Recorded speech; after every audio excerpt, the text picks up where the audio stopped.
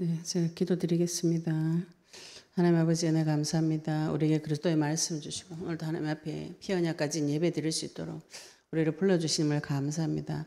만의 왕 되시고 만주시 되신 아버지 하나님, 오늘 시간에 이 예배 가운데 아버지 온라인 오프라인으로 하나님의 종을 부르시고 주의 용사를 부르시며 여호와의 군대를 회복시키시며 만군의 하나님께서 이 땅에 직접 내려오셔서 아버지 오늘 이 시간 우리 예배 가운데 주님 임재하여 주시옵소서.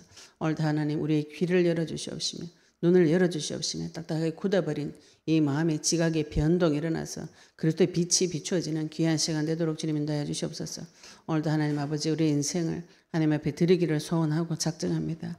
전 세계에 무너진 성전 재건되어지는 이 일에 하나님 우리 인생을 주님 사용하여 주시옵시며 어두운 가운데 캄캄한 가운데 흑암 가운데 앉아서 그리스도의 빛을 간절히 바라는 아버지 죽어가는 영혼들에게 이 그리스도의 빛을 내 속에 새겨진 이 빛을 아버지 하나님 갈고 닦아서 주님의 등대되고 여호와의 등대되도록 주님 축복하여 주시옵소서. 아버지 하나님 이 성전을 통하여 많은 영혼이 돌아올 줄로 믿습니다. 우리에게 주신 이 그리스도의 약속을 통하여서 하나님께서 먼저 무너진 내 성전이 재건되어진 은혜를 허락하여 주시옵시며 이 무너진 성전이 재건되어진 이 성전을 통하여서 하늘과 땅과 바다 육지를 진동시키며 모든 나라를 진동시키며 여호와의 영광이 충만한 성전으로 모든 영혼을 살리는 자 예수님 다시 오시는 그 길을 준비하며 아버지 우리가 다 같이 모여서 아멘 주 예수에 오시옵소서. 주님 다시 오실 그 길을 준비할 자 되도록 주님 축복하여 주시옵소서. 오늘도 아버지 하나님 우리 제 입술을 주님 주장하여 주시옵시며 아버지 하나님 말씀이 하나도 땅에 떨어지지 않는 그리스도의 복음의 말씀을 주님 계시하여 주시옵소서. 아버지 은혜 감사드리며 예수 그리스도 이름으로 기도드렸습니다. 아멘. 오늘 레위기서 17장 11절 말씀 한 절 읽고 우리 말씀 보도록 하겠습니다. 레위기서 17장 11절 말씀 같이 압도하시겠습니다. 굉장히 유명한 말씀이죠. 그죠? 같이 읽겠습니다. 육체의 생명은 피에 있음이라. 내가 이 피를 너희에게 주어 제단에 뿌려 너희의 생명을 위하여 속죄하게 하였나니 생명이 피에 있으므로 피가 죄를 속하느니라. 아멘. 네, 우리가 지난주 금요일 날에 이 피에 대해서 서론 부분에서 조금 보았습니다. 여호와께서 17장 1절부터 7절까지 해서 속죄제 드리는 대속죄를 잡는 그 방법을 하나님께서 다시 설명하시면서 모든 짐승을 잡을 때 반드시 주님의 회막 문 앞으로 와서 끌고 와서 제사를 드려라 이 명령을 하셨어요.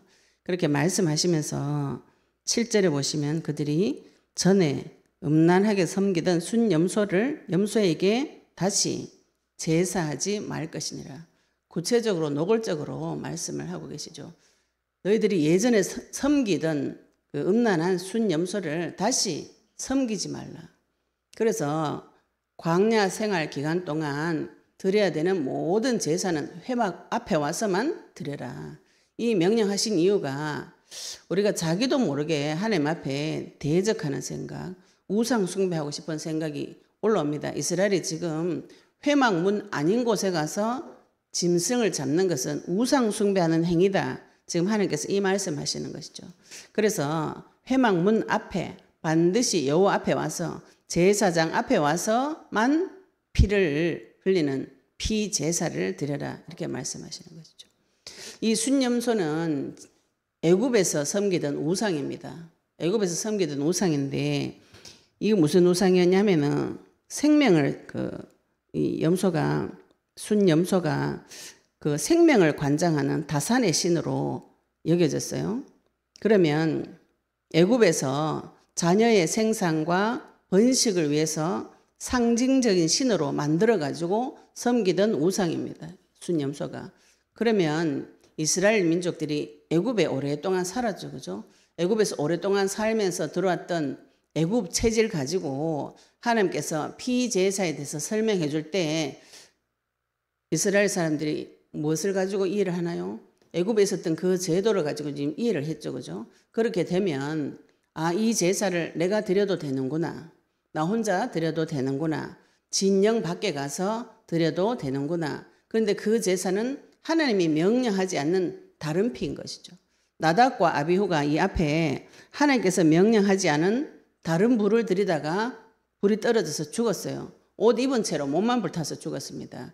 그건 하나님께서 불을 내려서 죽였다는 것인데 지금 하나님께서 피제사 드릴 때도 하나님께서 정한 회막문 앞에 와서 하나님의 법대로 제사 드릴 것을 지금 이야기하고 계시는 것이죠. 지금부터 이 17장 이후로부터 레위기서 이후로부터 성경이 기록이 두 가지로 쫙 갈라집니다. 이스라엘이 평생에 바알을 섬기고 아세라를 섬기는데 하나님은 그거 하지 마라. 이거 지금 이때부터 지금 시작하는 것이에요. 요거 지금 약속하고 얼마 지나지 않아서 이스라엘 민족이 가가지고 또 바알을 섬기고 아세라를 섬깁니다. 왕정 시대가 시작되면서부터 나중에는 뭐까지 하냐면은 자기 자식을 잡아 죽이는 흰놈의 골짜기에 몰록 우상까지 인신제사 드리는 숭배, 인신제사 드리는 그 제사까지 가나안 땅에 들어가서 그 제사를 드려요. 지금 광야 기간 동안 하나님께서 지금 이거를 개념 정리를 계속 하는 것이죠. 올바른 법을 계속 가르쳐 주고 계십니다. 우리가 하나님 앞에 가서 기도도 하고 예배도 드리는데 이 법대로 안 하시는 분들이 많아요.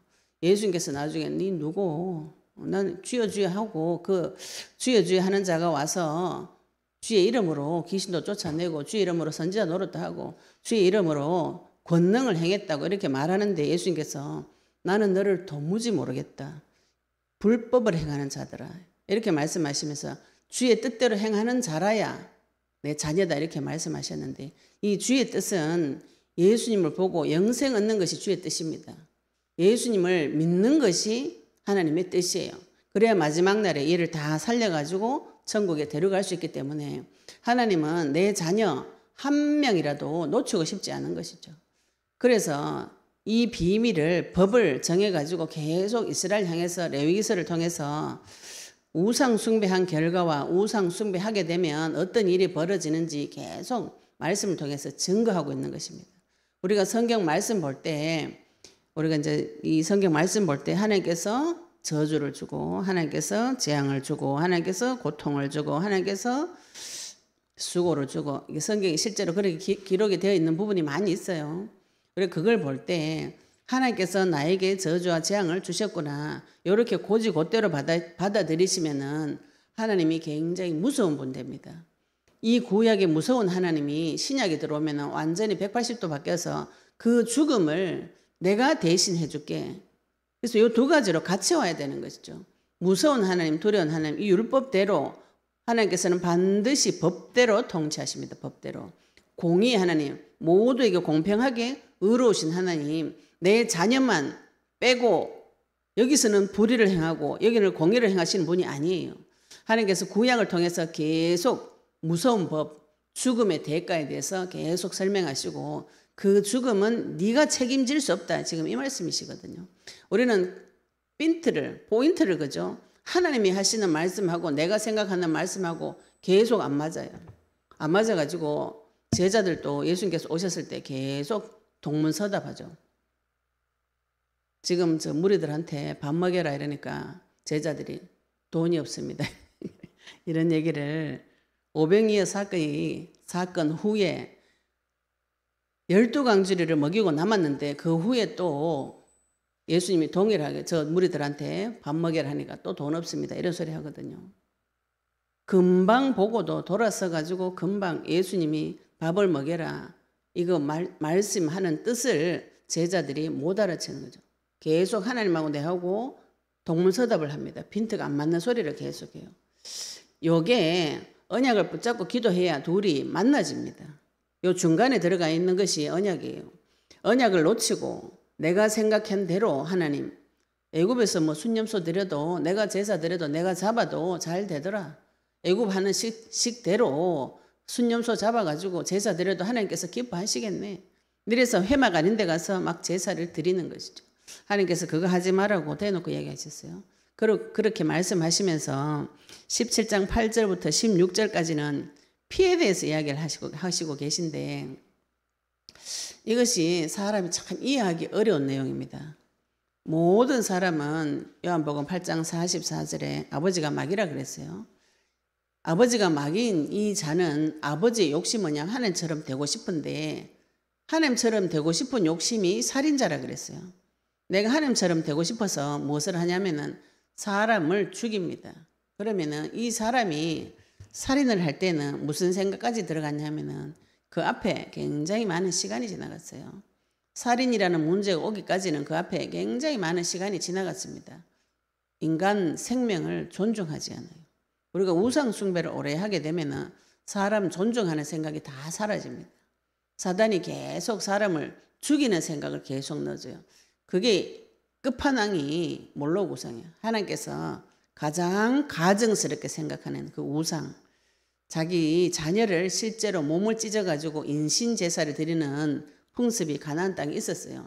그래서 하나님께서 이 가나안 땅 들어가기 전에 남녀노소 오양 씨를 딱 싹 다 말리라, 다 죽여라 이렇게 말씀하시는 거죠. 나중에 그 남겨놓은 그 씨가 자라가지고 자기 자녀를 잡아 죽이는 몰록 우상까지 나타나고 또 골리앗이 거기서 나타난 것이에요. 골리앗이 나타나가지고 이스라엘을 죽이자고 하는 것이죠. 이 몰록 우상은 요즘 누가 인신제사 드리노 이렇게 하죠. 영적으로 해석하시면 내가 하나님 앞에 가기 위해서 내 자녀를 잡아 죽이는 행위를 말합니다. 우리가 내 자녀를 잡아 죽이면서 하나님 앞에 가고자 내 얼굴을 세우고자 내 명예를 세우고자 내 인생을 위하고자 이렇게 합니다. 좀 구체적으로 말하면 여자분들이 남편한테 스트레스 받으면 그 어디 가서 풀어요? 약해 보이는 자녀한테 가봅니다. 남자가 세상에 나가가지고 세상과 영적 싸움을 하고 세상을 정복하고 다스려야 되는데 그게 안 되면 어디로 와서 푸는가요? 집에 와서 자기보다 약한 여자를 다스리려고 덤벼듭니다. 그게 가정의 가장 큰 문제죠. 창세기 3장 16절. 남자가 여자를 다스리는 것이 가정의 가장 큰 문제입니다.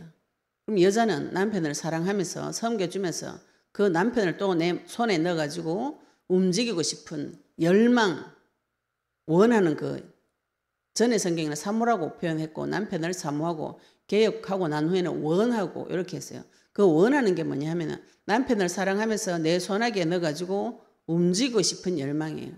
이게 안 되죠. 이 화풀이 어디 가서 하는가요? 자녀한테 가서 합니다.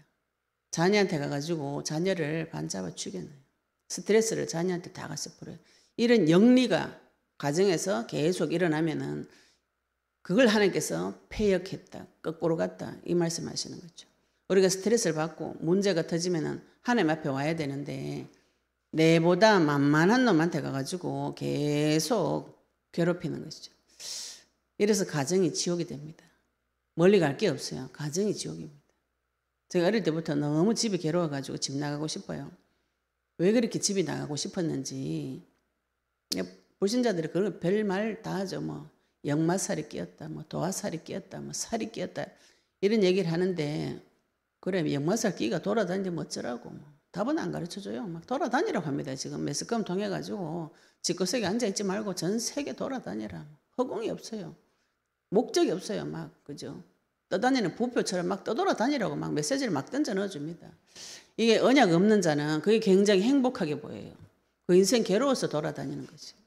괴로워가지고 자기 자녀도 잡아 죽이고 남편도 잡아 죽이고 내 아내도 잡아 죽이는 것이 지금 가정에서 벌어지는 일인 것이죠. 하나님께서 오늘 말씀 보시면은 피에 대해서 이야기하시는데 말씀하시는데 피를 하나님께서 생명으로 여기시는 거죠. 생명으로. 하나님께서 나를 보실 때 나를 생명으로 여겨주시는 것입니다. 우리 지난주에 금요일 날 시편 49편 7절 8절에 인간의 생명값이 어느 정도인가? 아무리 마련하고 평생을 마련해도 인간의 생명값은 사람이 치를 수가 없어요. 왜냐하면 로마서 6장 23절에 죄의 삭슨, 죄의 값은 사망이기 때문에. 그럼 이 사망의 값을 돈을 얼마를 주고 치릅니까? 누가 내 돈 어느 정도 줄 테니까 네 자녀 죽일래? 돈을 어느 정도 줘야 내 자녀를 죽입니까? 평생에 벌어가지고 돈 줘도 그 값은 치를 수가 없어요. 사람의 생명은 돈값으로는 치를 수가 없습니다. 하나님께서 창조주라는 것은 이 생명을 구원하시기도 하고 멸하시기도 하시고 내가 만난 하나님이 어떤 하나님이신가요? 죽여도 반드시 살려내는 하나님. 여호와 이래. 하나님께서 아브라함과 이삭을 불러서 아브라함에게 가나안 땅에서 하나님이 제일 싫어하는 몰록 우상처럼 네 자녀 잡아 죽여라 이 명령을 내렸어요. 그런데 아브라함이 아무렇지도 않아요. 아브라함이 70에 부름을 받고 지금 이삭이 15세가 되어도 한 3, 40년 지난 시기입니다. 그 앞에 아브라함은 굉장한 연단을 지나왔어요. 죽어도 살아나고 자기가 부인을 2번 팔아도 하나님께서 오히려 그 사람에게 벌을 줘가 나를 복주는 그런 이상한 것도 체험하고 계속 아브라함이 무슨 체험을 했는가 하면 죽어도 살리는 그 비밀을 체험한 것이요. 내가 만난 하나님은 죽여도 살릴 수 있는 분이다. 그걸 우리 눈에 보이도록 설명한 것이 십자가 부활 사건이에요. 죽었는데 살아난 이 사건. 하나님께서 왜 죽어도 살리셔야 되는가? 그건 하나님의 사랑입니다. 내가 자녀를 사랑하는 그 마음이 지금 하나님께서 나를 보는 마음인 것이죠. 그래서 하나님께서 하나님의 법을 정하셔가지고 모든 사람들이 인정할 공의의 하나님. 창세기 2장 17절의 말씀의 법대로 죽어버린 인간을 살리기 위해서 하나님께서 창세기 3장 15절의 말씀의 법을 새로 만드셨는데 이 창세기 3장 15절의 새 말씀이 앞의 법의 말씀과 위배되지 않아요. 율법을 창세기 2장 17절에 죄와 사망의 법, 율법을 하나님께서 와서 직접 지켜버리신 것이에요. 그래서 죄의 값을 치르시고 그 치르셨다는 증거로 3일 만에 부활하셨어요. 그분이 예수님이 하나님이라는 증거로 부활하신 것입니다. 인간의 근본적인 문제, 죽어버리는 이 문제를 해결하기 위해서 하나님 눈에 보이도록 죽은 자 가운데서 살아난 것을 보여주시고 그것을 지금 사복음서에 기록해놨어요. 우리가 이 사실을 믿었습니다. 그러면 내가 죽는가 안 죽는가? 지금 내가 믿는 믿음이 뭔가요? 나는 영생을 얻은 자가 되었다고 요한복음 5장 24절에 분명히 나옵니다. 영원한 생명을 받았어요. 하나님께서 이것을 처음부터 약속하셨다고 그랬어요. 출애굽기 19장 24장에 이스라엘과 하나님이 약속할 때 피를 뿌려가지고 약속을 했어요. 그 약속의 피, 언약의 피, 예수님께서 마태복음 26장 28절에 약속한 피, 언약의 피, 포도주를 부어주시면서 이것이 내가 처음부터 약속한 언약의 피다 이렇게 말씀하셨어요. 하나님께서 주시는 이 약속의 피를 그리스도의 피는 우리가 먹어야 되는데 오늘 말씀 보시면 피는 먹지 말라고 했어요. 다른 피는 먹지 말라. 생명은 다른 사람의 생명, 동물이라도 너무 소중하고 너무 귀중하기 때문에 이거 피로도 먹지 마라. 지금 이 말씀하시는 거죠. 그런데 우리는 이게 잘 안 믿어지죠. 그죠? 사람이 귀한 게 잘 안 믿어집니다. 하나님께서 나를 보실 때 존귀한 자로 여겨주고 하나님하고 똑같이 여겨주시는데 이게 잘 안 믿어지는 것이죠. 그래서 나의 가치를 굉장히 저 땅바닥 밑에 꽂아놓고 가치 없도록 내 스스로를 굉장히 자책을 하는 것이 그 가치 없게 얘기하는 것이에요. 내 인생을 마귀가 나타나서 계속 가치 없도록 짓밟았기 때문에 그 생각이 오랫동안 내 속에 들어와 있습니다. 이거는 성령이 아니고는 해결이 되지 않아요.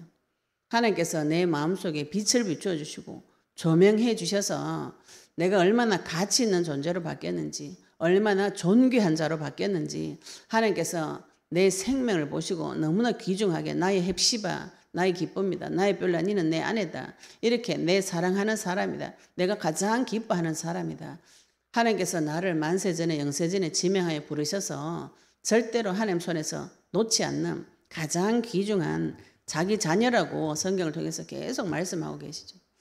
내 자신의 가치를 찾으시기 바랍니다. 오늘 이 말씀을 통해서 17장, 레위기서 17장 8절부터 16절까지 이 말씀을 통해서 다시는 다른 짐승을 잡아서 우상 숭배하는 다른 피를 잡는 일이 없도록 우상 숭배하는 일이 없도록 내 마음속에 나 이외에 다른 신 섬기는 그 마음이 깨어지도록 하나님께서 만들어 놓은 법대로 주님 앞에 나아가서 이 법을 증거하는 자 되시기를 예수님 축복합니다. 17장 8절부터 보겠습니다. 너는 또 그들에게 이르라. 이스라엘 집 사람이나 혹은 그들 중에 거류하는 거류민이 번제나 제물을 드리되 이스라엘 본토 사람이나 그 집에 거하는 이방인을 말합니다. 거류민은 이방인들이 번제나 제물을 드리되 회막문으로 가져다가 여호와께 드리지 아니하면 그는 백성 중에 끊어지리라. 그 앞에도 17장 5절에도 그런 적 이스라엘 자손이 들여서 잡던 그들의 제물을 회막문 여호와께로 끌고 와서 제사장에게 주어 화목제로 여호와께 드려야 할 것이다. 이스라엘 자손이 원래 들에서 잡았어요. 제물을. 그걸 이제 앞으로 하지 말고 회막문 앞에 와서 해라. 이렇게 명령하신 것이죠. 우리가 내 마음대로 죄 문제 해결하고 다니다가 예수님을 그리스도로 믿고 예수님을 만난 자는 예수님 앞에 와서 제사장 앞에 와서 이 죄 문제를 해결을 받으셔야 됩니다. 내가 만든 죄 문제 해결법은 영원하지 않고 사라집니다. 그게 불법이에요. 하나님께서 법대로 행하시는 것이 그리스도 앞에 참 제사장 대신 그리스도 앞에 와야만 제사장 앞에 회막문 앞에 와야만 이 피제사가 성립이 되어지는 것이죠. 제사가 자체가 성립이 되어지지 않는 제사를 계속 드립니다. 내 제사를 아니고 남 제사를 드리고 회막문이 아닌 다른 곳에 가서 내 혼자 제사 드리고 그래가지고 정성을 많이 드렸으니까 받아주실 것이다. 정성을 100번 드리느니 말씀대로 하시는 게 좋겠죠. 그죠? 내 정성, 행위, 노력과 상관없이 하나님께서 말씀의 법대로 누구든지 주의 이름 부르는 자 구원을 얻으리라. 주의 이름 부를 때 피 언약을 붙잡을 때 그 피를 바라볼 때 성령께서 역사해 주시는 그것을 보고 나에게 하나님께서 역사해 주시는 것이지 나의 정성이나 나의 노력이나 이걸 보고 역사해 주시는 것이 아닙니다. 우리는 내 생각은 내 방법은 내가 하나님 앞에 정성을 들이고 열심을 하고 특심을 해야 하나님이 나를 조금 돌아보지 않겠나 이런 생각을 사단이 이 생각을 많이 넣어줘요. 그 생각이 올 때 예수 그리스도를 부르셔야 됩니다. 하나님 반드시 그리스도의 피로만 주 예수 그리스도 이름으로만 만나주시고 역사해 주시는 것이죠. 회막문으로 가져다가 여호와께 드리지 아니하면 그는 백성 중에서 끊어지리라. 법대로 하지 않으면 하나님께서 끊어버리겠다는 것이죠. 이스라엘 집 사람이나 10절에 보겠습니다. 집 사람이나 그들 중에 거류하는 거류민 중에 무슨 피든지 먹는 자가 있으면 내가 그 피를 먹는 그 사람에게는 내 얼굴을 대하여 그를 백성 중에 끊으리니 육체의 생명은 피에 있음이라. 내가 이 피를 너희에게 주어 제단에 뿌려 너희의 생명을 위하여 속죄하게 하였나니 생명이 피에 있으므로 피가 죄를 속하느니라. 레위기서 해설서가 신약성경의 히브리서라 그래요. 이 말씀이 해설해 놓은 것이 히브리서 9장 22절입니다. 육체의 생명이 피에 있다. 이건 나중에 과학적으로 과학자들이 발견했어요. 사람의 생명이 팔이 하나 부러지거나 다리 하나 없어져도 삽니다. 몸이 멀쩡해도 피가 그 몸에서 3분의 1 이상 쏟아지면 죽어요. 처음부터 하나님께서 육체의 생명이 피에 있다고 분명하게 명시를 하셨습니다. 예수님께서 피 흘려주신 이유에 대해서 지금 설명하고 계시는 것이죠. 내가 이 피를 너희에게 주어 제단에 뿌려 예수님의 피를 대속물의 피를 잡아가지고 이 피를 제단에 뿌리죠. 우리 앞에 대속죄일 날 대제사장이 지성소 안에 들어갈 때 염소의 피를 지성소 안에 법궤 회막 앞에 밖에 번제단 앞에 이 성막의 전체에다가 뿌렸어요. 우리의 몸에도 이 피를 뿌려서 거룩하게 만들어서 하나님께서 이 거룩한 성전에 거룩하신 하나님께서 들어올 수 있도록 몸에도 피를 뿌리고 내 마음 좌소 지성소에도 피를 뿌려서 하나님을 모시게 된 것이에요. 근데 그 피는 구약시대 때 잡았던 이 동물의 피를 말하는데 하나님께서 이것을 예수님의 피로 히브리서 보시면 설명을 하고 있습니다. 이 계획을 하나님께서 언제부터 세우셨는가? 베드로전서 말씀을 보도록 하겠습니다. 베드로전서 1장 19절 20절의 말씀 보도록 하겠습니다. 베드로전서 1장 19절에서 20절 하나님께서 우리를 구원하시기를 언제부터 작정하셨는가? 베드로전서 1장 19절에서 20절 보시면 오직 흠없고 점없는 어린 양 같은 그리스도의 보배로운 피로 된 것이니라. 그는 창세 전부터 미리 알린 바 되신이나 이 말세에 너희를 위하여 나타내신 바 되었으니 이렇게 말씀하셨어요. 흠없고 점없는 어린 양 되시는 예수님의 피로 말미암아서 우리가 구원을 얻었습니다. 그것은 창세 전부터 미리 알림 바 되었다. 창세 전부터 하나님께서 계획하셨고 그 말씀을 이루시기 위해서 그리스도께서 나타나셨는데 나타나신 이가 예수님인 것이죠. 그래서 예수님께서 그리스도의 직분을 위해서 나타나셔서 십자가에 죽으시고 피를 흘려 죽어주신 것입니다.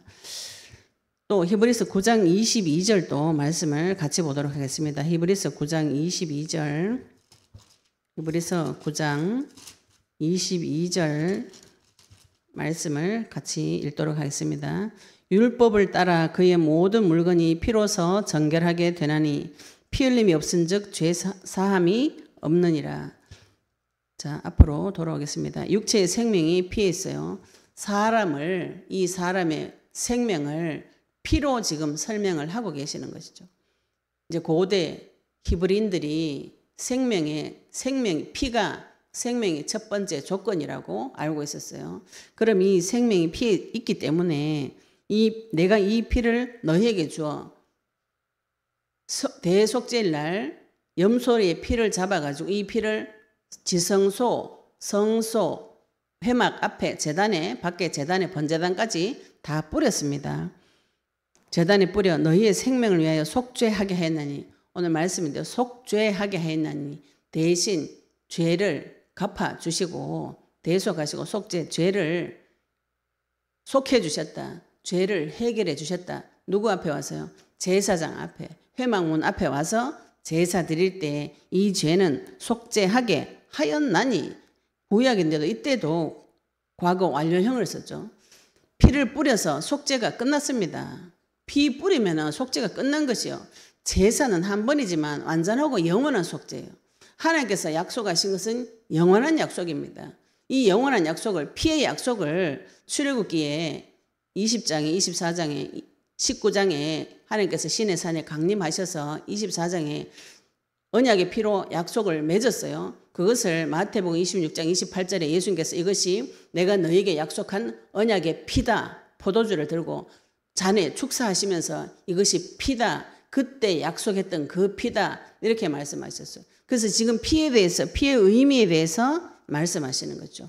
반드시 생명은 피로만 속죄가 가능한데 흠없고 점없는 어린 양 대신 예수의 피로만 속죄가 가능한 것이죠.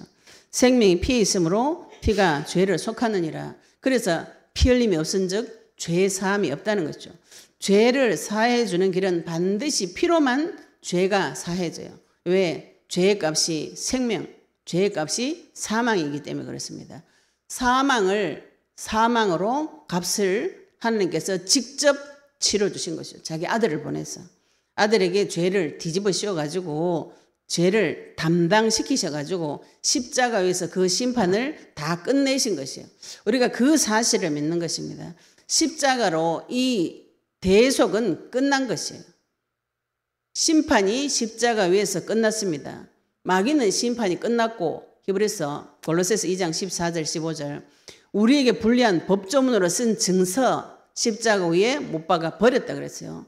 우리에게 불리한 법조문으로 쓴 증서는 율법을 말합니다. 율법을 십자가 위에 제하여 버리고 십자가로 마귀를 이기시고 통치자들과 권세들을 드러내어서 구경거리로 삼으시고 십자가로 그들을 이기셨느니라. 십자가 위에서 심판은 끝났습니다. 우리가 그 사실을 믿고 하나님 앞에 갈 수 있는 자격이 되어진 거예요. 피를 쓰고 하나님 앞에 갈 수 있는 자격이 되어졌습니다. 그래서 하나님께서 나를 보실 때 피를 덮어가지고 보시는 것이에요. 우리가 내가 행위가 깨끗해져가지고 하나님 앞에 가는 것이 아닙니다. 하나님께서 자기 자녀의 아들의 하나밖에 없는 독생자의 피를 내 위에 덮어주셨기 때문에 깨끗하게 여겨주시는 것이죠. 이것을 어려운 말로 간과한다, 묵과한다. 죄가 있는데도 하나님께서 손으로 피로 덮어가지고 보아주지 않겠다. 이 뜻이에요. 이거를 우리가 자칫 잘못 해석하면은 나는 이제 죄 없는 깨끗한 자가 됐다. 자꾸 이렇게 생각하시면은 그때부터 헷갈립니다. 죄성은 아직도 남아있어요. 하나님께서 이 죄를 도와주지 않고 심지어는 이 죄와 싸울 수 있도록 능력을 주시는 것을 말해요. 우리가 죄하고는 피 흘리기까지 싸우셔야 돼요. 그래서 회개하고 갱신하고 도전하고 그 죄 뒤에 있는 마귀하고 싸우고 내 생각하고 싸워서 이 죄와 악을 이길 수 있는 지혜가 나타날 때까지 싸우셔야 되는 것이죠. 이 세상을 정복하고 다스리는 하나님의 형상이 회복되어질 때까지 내 입에 구변과 지혜가 올 때까지 끝까지 싸우시면은 하나님께서는 반드시 이기신 증거를 줍니다. 하나님은 여호와 하나님은 승리의 왕이에요. 내 인생에서 계속 지는 일이 벌어진다. 의심을 해보시기 바랍니다. 내가 누구 편에 서 있는가? 하나님께서는 위대하신가 권능과 영광과 승리와 위엄이 다 주께 속하였어요. 역대상 29장 11절. 절대 주권자 되신 그분은 위엄이 위대하시지만 그 위엄이 승리의 위엄이에요. 승리의 위엄. 승리가 주님 손에 있습니다. 십자가 위에서 이미 승리하셨어요. 우리는 그 사실을 믿고 지금 영적 싸움 하는 것이죠. 하나님 아들이 나타나신 것은 마귀를 멸하심이라 했어요. 마귀가 지금 나한테 와서 일을 하고 있는데 하나님 아들께서 직접 내 눈에 보이도록 나타나셨어요. 하나님께서 내 눈에 보이도록 나타나셨어요. 시내산에 내려오신 하나님, 성부 하나님, 시내산에 가다가 죽었습니다. 사람이 죽어요. 사람은 죄 문제 해결 못 받으면 거룩하신 하나님과 살 수 없어요.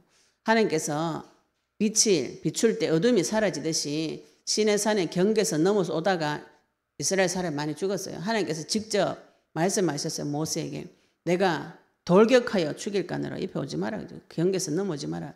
우리가 생각하기에 좋으신 하나님은 무작정 막 가면 될 것 같죠. 그죠? 막 가가지고 되는 게 아닙니다.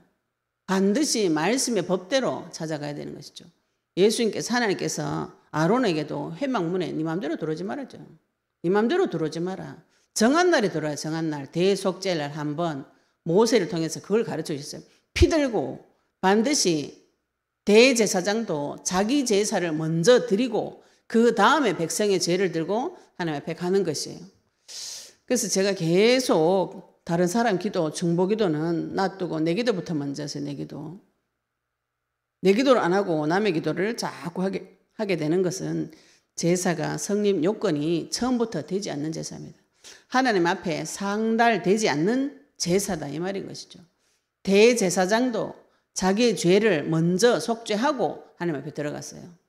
우리가 이 땅에서 제사장으로서 다른 사람의 죄 문제를 해결해 줘야 되지만 인간의 내 문제부터 대제사장으로서 나를 위한 제사부터 먼저 드리시고 백성의 죄를 하나님 앞에 들고 가셔야 되는 것이죠. 이거를 순서를 자세히 보시기 바랍니다. 그래서 하나님께서 이 피에 대해서 계속 말씀하십니다. 그러므로 내가 이스라엘 자손에게 말하기를 너희 중에 아무도 피를 먹지 말며 너희 중에 거류하는 거류민이라도 피를 먹지 말라. 이 피는 생명이기 때문에 먹지 말라 그런 것이죠. 13절부터 16절까지는 사냥에 대해서 하나님 사냥에 대한 규례에 대해서 말씀을 또 주시는데 우리가 볼 때는 뭐 동물 저거는 좀 잡아 죽여도 안 되겠나 이런 생각이 들죠. 어릴 때부터 막 개 잡고 우리는 토끼 잡고 이런 걸 많이 봤어요. 보니까 저 동물은 하나님이 잡아 먹으라고 줬구나 이런 생각이 보니까 들어오더라고요. 그런데 지금 사람이 존중하는 생각이 계속 올라오면은 생명에 대한 존중도 많이 올라오죠. 그죠? 그래서 개를 키우고 이런 분들이 애견인들이 그걸 생명으로 보니까 못 잡아 죽이게 하는 것이에요. 이거 사람이 점점 자기를 존중하게 되고 나를 존중하게 되고 나를 사랑하게 되면 다른 사람의 생명도 사랑하게 되고 심지어는 생명이 있는 모든 것까지도 존중이 되어지고 사랑이 되어집니다. 그런데 하나님은 처음부터 지금 그 얘기를 하시는 것이죠. 생명을 존중하는 것. 우리 지난주에 봤던 창세기 9장 4절 5절의 말씀도 다시 한번 찾아보도록 하겠습니다. 창세기 9장 4절 5절에 하나님께서 노아에게 그러나 그 고기를 그 생명되는 피째 먹지 말 것이니라. 내가 반드시 너희의 피 곧 너희의 생명의 피를 찾으리니 짐승이면 그 짐승에게서 사람이나 사람의 형제면 그에게서 생명을 찾으리라. 다른 사람의 피를 흘리면 그 사람의 피도 흘릴 것이니 이는 하나님이 자기 형상대로 사람을 지으셨습니다. 왜 피를 먹지 말라고 하는가? 피를 볼 때 생명을 생각하라는 거죠. 그 사람의 생명을 생각해라. 신약 시대에 와서는 이 피는 그리스도의 보혈을 의미합니다. 이 그리스도의 보혈을 소중하게 생각하고 그 분을 바라보라는 것이죠. 생명이 피에 있습니다. 예수님의 피는 먹고 마셔서 내 것으로 만들어줘야 되는 것이고요. 다른 사람의 생명의 피는 존중하는 마음이 있어야 되는 거죠. 다른 사람 존중하기 전에 먼저 내 생명을 소중하게 여기고 고귀하게 여기고 존귀하게 여기는 그 마음이 회복이 되어져야 됩니다. 하나님께서 나를 바라볼 때 자기 독생자를 보내서 죽일 정도로 계속 인간을 사랑하는 마음이 하나님 애끓는 마음이 성경에 계속 표현되어져 있습니다. 그래서 우상 숭배하지 마라. 수념한테 가서 절하지 마라. 나 이외에 다른 신을 네 안에 두지 말라. 이후부터 하나님께서 계속 우상 숭배하지 마라. 하나님 섬겨라 이겁니다. 그런데 예수님이 오실 때까지 이스라엘에 뭐 했는가요? 끊임없이 우상 숭배, 끊임없이. 제가 성경 보면서 아이고 바보들아 왜 그만이 우상 숭배?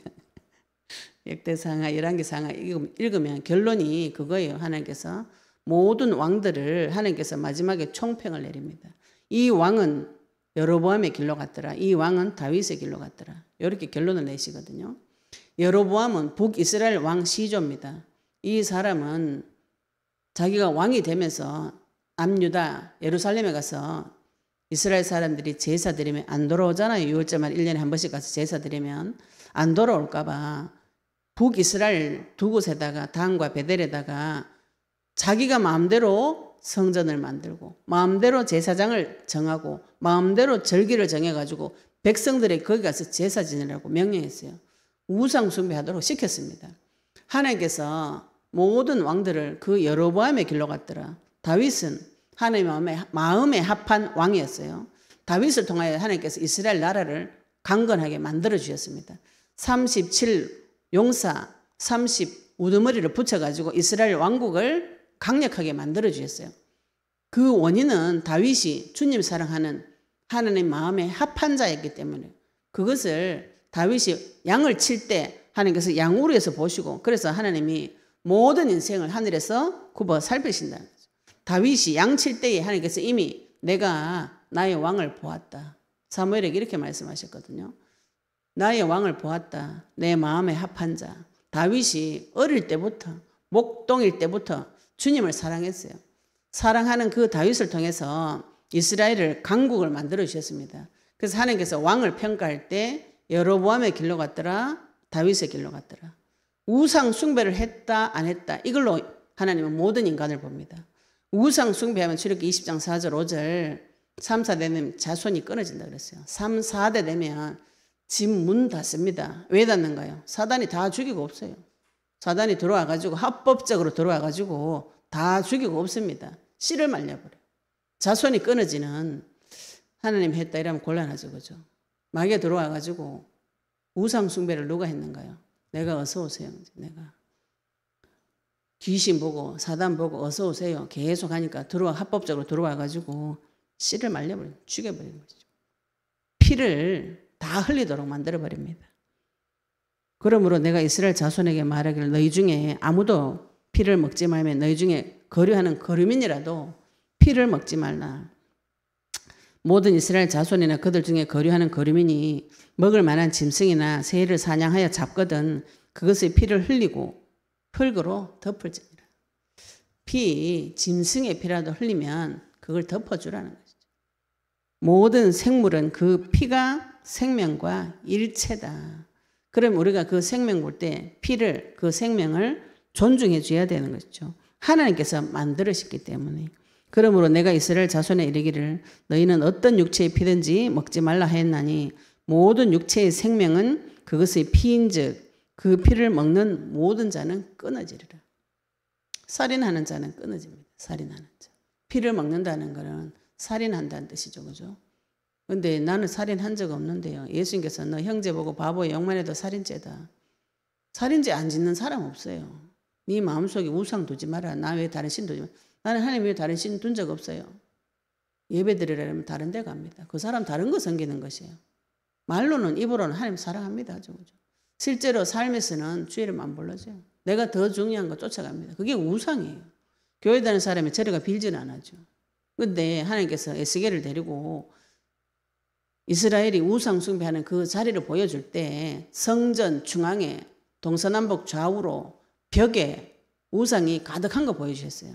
그 우리 마음을 말합니다. 그걸 하나님 다 뜯어내라 그래요. 뜯어내요.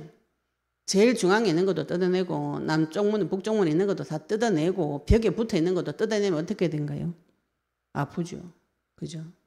내 마음속에 있는 거 뜯어내면 마음 뜯어내면 어떻게 해요? 살점 뜯어내면 어떻게 됩니까? 아프죠. 할례 받는 정도의 고통은 받으셔야 되는 것이죠. 왜요? 우상 숭배하면 죽습니다. 스스로 끊어진다. 하나님께서 끊어지게 하시는 손 안 대지. 손 안 된다고. 나 싫다고 하나님 싫다고 거절하고 가가지고 계속 패역한 채로 음란한 채로 마귀를 계속 섬기면 하나님이 손 안 대주면 야는 싹 다 죽어요. 이런 영적인 비밀이 눈이 열리시기 바랍니다. 그래서 평생에 우상 숭배하는 것과 영적 싸움을 하셔야 돼요. 지금 우리가 지금 싸우는 것은 영적인 싸움은 우상과의 싸움이에요. 우상과의 싸움. 내가 누구를 섬길 것인가. 그죠? 하나님을 섬길 것인지 내가 좋아하는 하나님을 섬길 것인지 성경에서 말씀하시는 그 복음을 섬길 것인지 내 복음을 섬길 것인지 이거 분별되어지는 눈이 열리셔야 됩니다. 그 분별되어지는 눈이 열리시는 것은 그리스도가 내 안에 세워질 때 그리스도의 말씀이 내 속에 주인 되어질 때 이 모든 것들이 분별이 되어집니다. 부정한 것과 정한 것과 속된 것과 거룩한 것이 분별이 되어지면은 부정한 자는 정결법에 따라서 정결하게 만들어주시는 것이죠. 하나님께서 그 법을 지금 레위기서를 통해서 계속 말씀하시는 것이고요. 또 15절에 보시면 스스로 죽은 것이나 들짐승이 찢겨 죽은 것을 먹은 모든 자는 본토인이거나 거류민이거나 시체는 부정한 것으로 여겨져요. 왜냐하면 죄의 삭시 사망이죠. 그죠? 죄의 대가로 죽었다 이렇게 보기 때문에 이것을 부정한 것으로 여깁니다. 부정한 것을 만지거나 본 자는 정결 예식 규례 하나님 규례대로 하라는 것이죠. 본토인이나 거류민이나 이스라엘 사람이나 그 동네에 거하는 이방인이거나 이 이스라엘 안에 들어온 자는 옷을 빨고 물로 몸을 씻고 저녁까지 부정하고 그 후에는 정하려니와 저녁까지 진영에 못 들어가는 것이죠. 그가 빨지 아니하거나 그의 몸을 물로 씻지 아니하면 그가 죄를 담당하리라. 네가 죄를 담당해봐라. 어디서 많이 보던 말씀이죠. 그렇죠? 가인이 자기 동생 쳐 죽이고 동생 찾으니까 가인이 뭐 동생 내한테 맡겨놨냐고 덤벼대니까 하나님께서 가인에게 네 죄가 네 문 앞에 와 있으니까 네가 담당해봐라. 죄 담당 못합니다. 하나님께서 정결 예식을 주셨는데 나는 이 예식대로 하지 않아요. 회개하지 않습니다. 그러면 그 죄는 네가 담당해라. 어떻게 됩니까? 죽는 것이죠. 그죠? 죽음의 길로 계속 들어가는 것입니다. 지금 당장 죽지는 않지만 하나님께서 육신이 사라질 때까지 회개하는 기회는 계속 주시는 것이에요. 좋으신 하나님께서. 언제라도 지금 죄를 지어도 그 죄가 깨달아질 때 이 정결 예식은 지금 우리에게 분명하게 선포되어졌습니다. 그리스도의 피, 우리에게 분명하게 선포되어졌어요. 예수님의 피, 예수님께서 그리스도로 오셔서 선지자로 제사장 왕으로서 모든 문제 다 해결하시고 다 끝내시고 말씀을 다 이루시고 그 말씀을 지금 우리에게 주셨어요. 누구든지 주 이름 부르는 자, 주 예수를 믿으라. 그리하면 너와 내 집이 구원을 얻으리라. 예수님을 영접할 때 믿을 때에 나와 내 집이 구원을 얻는다고 분명히 말씀하셨고 하나님은 그리스도의 말씀을 내 속에 넣어두셔서 예수 그리스도 이름을 내 속에 넣어주셔서 그 그리스도 이름으로 내 입술로 예수님 주라 시인할 때 하나님께서 모든 영광 내 인생 위에 나타나게 해주신다고 약속하셨어요. 피를 보고 그리스도의 피를 붙잡고 이미 우리가 피 뿌림을 받고 구원받은 피가 발려진 사람입니다. 저주재앙은 이 피를 보고 넘어가게 되어 있어요. 죽어도 살아나는 영원한 생명 가진 그 비밀을 하나님께서 계시해 주시기를 예수 이름 축복합니다. 네, 우리 오늘 받은 말씀 가지고 같이 동성으로 기도드리도록 하겠습니다. 하나님 나에게 피값을 생명 피의 비밀 생명의 비밀, 생명을 존중하는 하나님의 심정이 내 심령 속에 들어올 수 있도록 우리 같이 통성으로 기도드리시고 예배를 마치도록 하겠습니다. 하나님 아버지 은혜 감사합니다. 우리에게 그리스도의 말씀 주시니 감사합니다.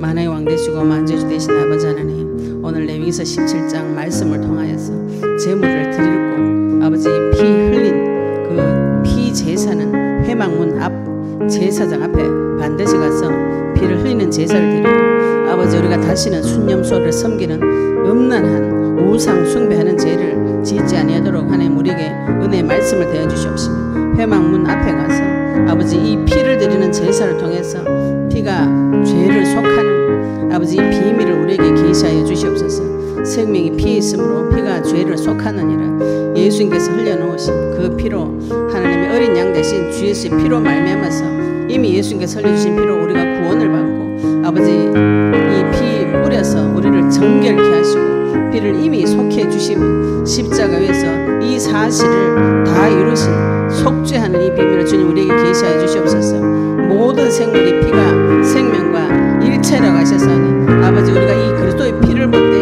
하나님께서 피 흘려주신 이유, 생명의 소중함과 이 피의 귀중함과 생명의 소중함과 하나님의 고귀하심과 거룩하심이 계시되어지도록 주님 인도해 주시옵시며, 하나님께서 정해놓으신 그 정결 예식대로, 하나님이 정해놓은 정결 규례대로 아버지 하나님 앞에 법대로 나아가서 모든 죄문 자익을 받은 자로 우리가 먼저 살아나고 다른 영혼 살릴 수 있도록 주님 인도하여 주시옵소서.